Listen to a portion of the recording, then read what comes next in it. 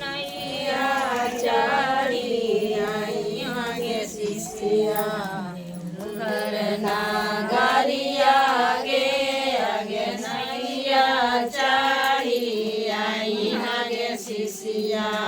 देवघर नागरिया आगे कागजा के नैया शिवा गुरु साथी जय जी आदि कागजा के नैया शिवा गुरु साथी जय जी आदि पानी सवा जय वैदी शिवा गुरु जी नागरिया जी आदि पाती सवा जय वैदी शिवा गुरु देव नागरिया जी आगे पाती तो गे शिष्या चलिया आगे पाती तो हर कला खुद गे शिष्या चलिया आगे दादा जय तो गे शिष्या देवघर नागरिया आगे बाटा हो जय तो गे शिष्या देवघर नागरिया आगे तोरा जागे जय बोगे शिष्या नैया आगे तोरा ले जय बोगे शिष्या नैया आगे नैया चढ़ी आई आगे शिष्या देवघर नागरिया आगे नैया चढ़ी आई आगे शिष्या देवघर नागरिया आज पाती सभा जय शिवा गुरु देवघर नागरिया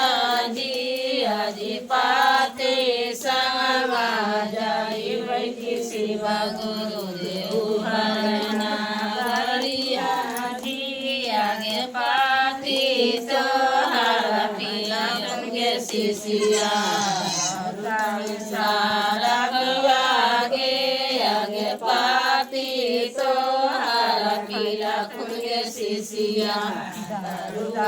सारा आगे टाटा होई जाई तो गे शिष्या देवघर नागरिया आगे टाटा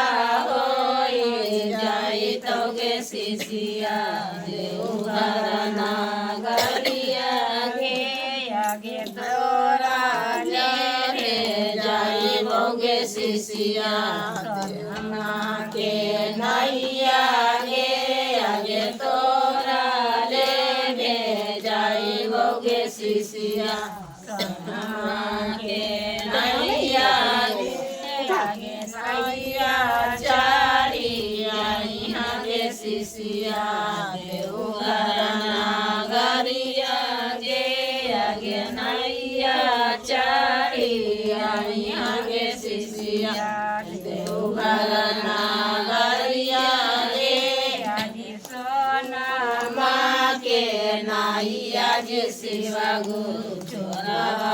चोरैता जी आगे सोना माँ के नैया जी शिवा गुरु चोरैता जी आगे पाती सवा जय वैदी शिवा गुरु देवघर नागरिया जी आगे पाती सवा जय वैदी शिवा गुरु देवघर नागरिया जी आगे पाती छोड़ी आगे शिष्या देवघर नागरिया आगे पाती छोड़ी आई आगे शिष्या देवघर नागरिया आगे हमें जो जाना तियो जी सेवा गुरु पति छोड़ा भोलावा जी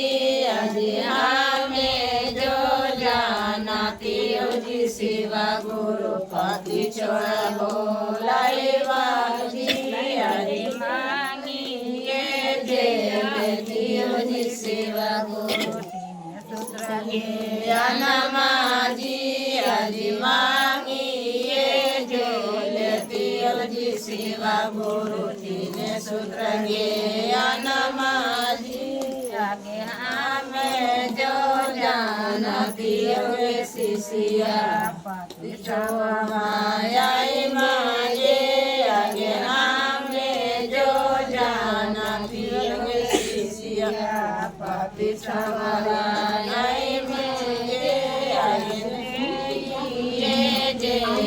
तियो शिष्या मांगे आगे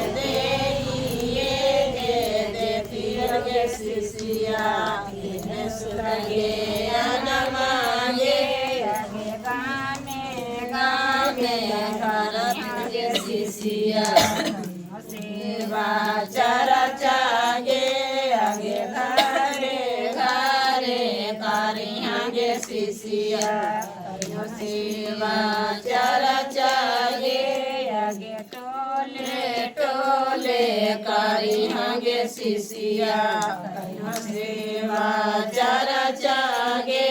आगे पहिला में दाया मंगिया दूसरा में चरचागे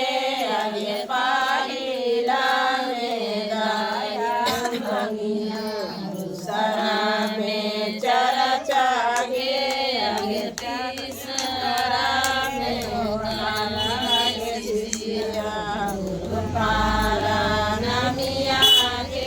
आगे तीसरा में दाया शिष्या